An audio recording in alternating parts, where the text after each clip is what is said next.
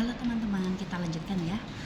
Berikutnya kita akan belajar tentang karakteristik kelas BIPA ya. Jadi pada bagian ini kita akan memahami bagaimana konsep, jenis, karakteristik dan tantangan dalam pembelajaran BIPA. Nah, yang paling penting adalah ketika teman-teman menjadi pengajar, teman-teman perlu menggali sangat dalam.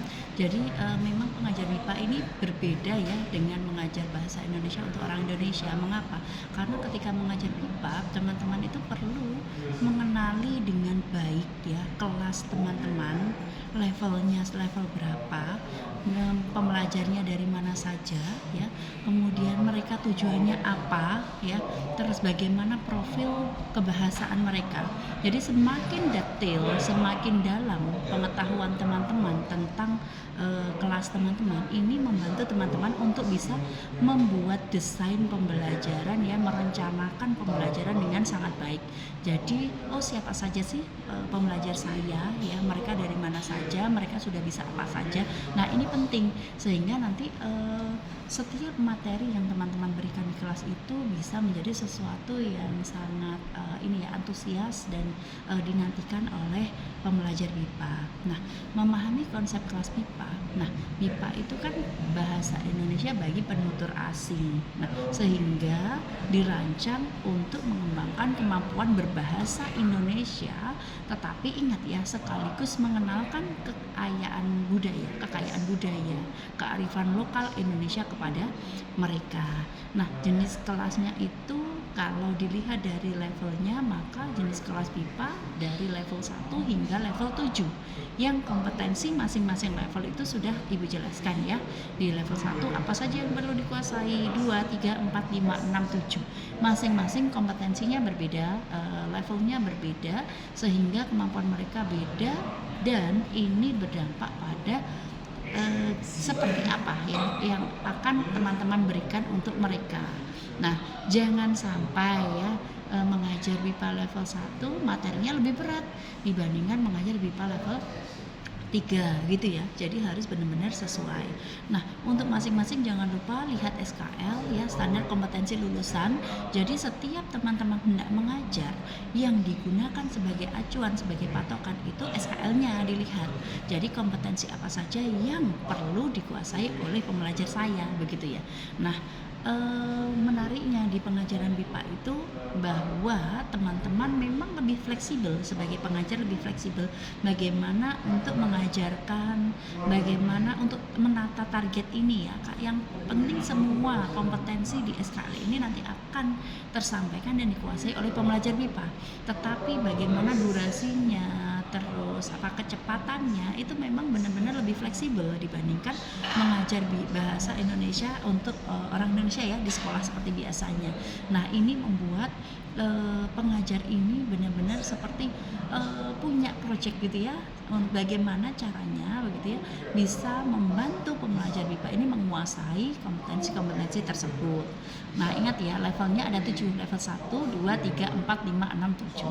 Nah, kemudian untuk keterampilan jangan lupa ya, keterampilan yang perlu dikuasai oleh pembelajar BIPA itu keterampilan lisan ya, keterampilan berbicara, keterampilan membaca, keterampilan menyimak ya, mendengar, kemudian keterampilan menulis ya, serta tata bahasa. Nah, jangan lupa itu dari aspek kebahasaan, serta jangan lupa juga untuk budaya, sehingga kompetensi plurikultural mereka juga perlu ya, bagaimana mereka memanfaatkan keberagaman budaya, pemahaman budaya ya, latar belakang budaya mereka untuk mempelajari budaya dan bahasa Indonesia gitu ya.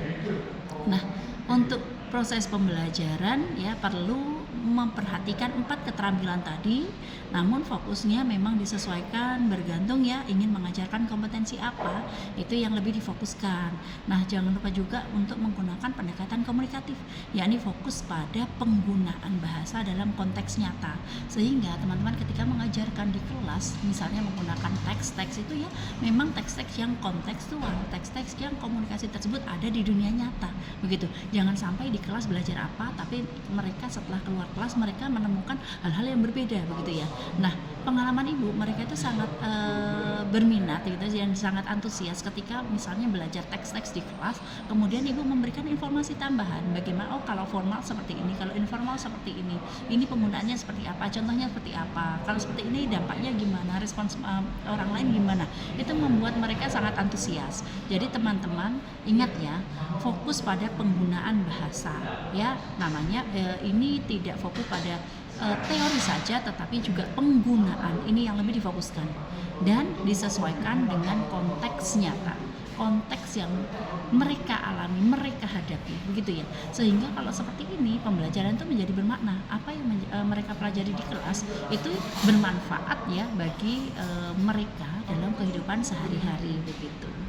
Nah, kemudian untuk model pembelajaran diferensiasi yang sudah pernah juga Ibu bahas sedikit begitu ya, maka perlu adanya identifikasi profil ya, analisis mendalam terhadap minat, pengalaman, kesiapan belajar peserta ini ya, didik atau pembelajar BIPA ini. Kemudian skenarionya fleksibel karena bisa saja skenario ini misalnya di rencana pembelajaran ya, atau sebagian besar kita mengenal istilah misalnya silabus atau RPP ya. Oke, sebagai pengajar memang kita secara sistematis perlu merancang ini ya, karena namanya pembelajaran perlu dirancang secara sistematis dan terencana. Tetapi dalam eksekusinya di lapangan maka banyak hal yang bisa jadi ya, dan memang sering terjadi itu berbeda, berubah. Mestinya misalnya sesi tanya jawab hanya dirancang misalnya 10 menit, ternyata banyak sekali dan mereka tertarik, maka tanya jawabnya molor misalnya ya. Kita fleksibel, kita perlu mengakomodasi rasa penasaran mereka, tapi tentu saja dikaitkan dengan topik ya, konteks materinya begitu ya. Nah, ini bisa jadi pembelajaran itu bisa terjadi lebih cepat atau lebih lambat begitu ya. Nah, ini kita benar-benar harus fleksibel. Yang penting adalah bahwa target kompetensinya tercapai itu ya. Masalah cepat tidaknya atau beragam atau caranya bagaimana itu ya. Ingat ya, banyak jalan menuju Roma ya. Jadi tidak boleh saklek, oh RPP-nya begini harus begini ya. Oh sekian menit harus begini, enggak ya. Tapi memang kita harus fleksibel. Dengan begitu nanti pembelajaran BIPA itu benar-benar memang ini ya, mencapai apa yang kita targetkan begitu ya. Tidak menjadi kaku sekali begitu. Kemudian peran pengajar ini sebagai fasilitator ya. Nah, guru sebagai pendamping, pengajar sebagai pendamping yang responsif. Responsif artinya ketika pembelajar BIPA membutuhkan sesuatu, ketika pembelajar BIPA menanyakan sesuatu, ketika pembelajar BIPA menunjukkan minat-minat atau hal-hal yang pertanyaan-pertanyaan dan sebagainya, maka pengajar BIPA memang perlu responsif ya. Apakah memberikan informasi, menjawab pertanyaan, memberikan feedback begitu ya, menjelaskan atau membandingkan atau yang lain ya. Ini perlu responsif, oke, terhadap kebutuhan pembelajar BIPA.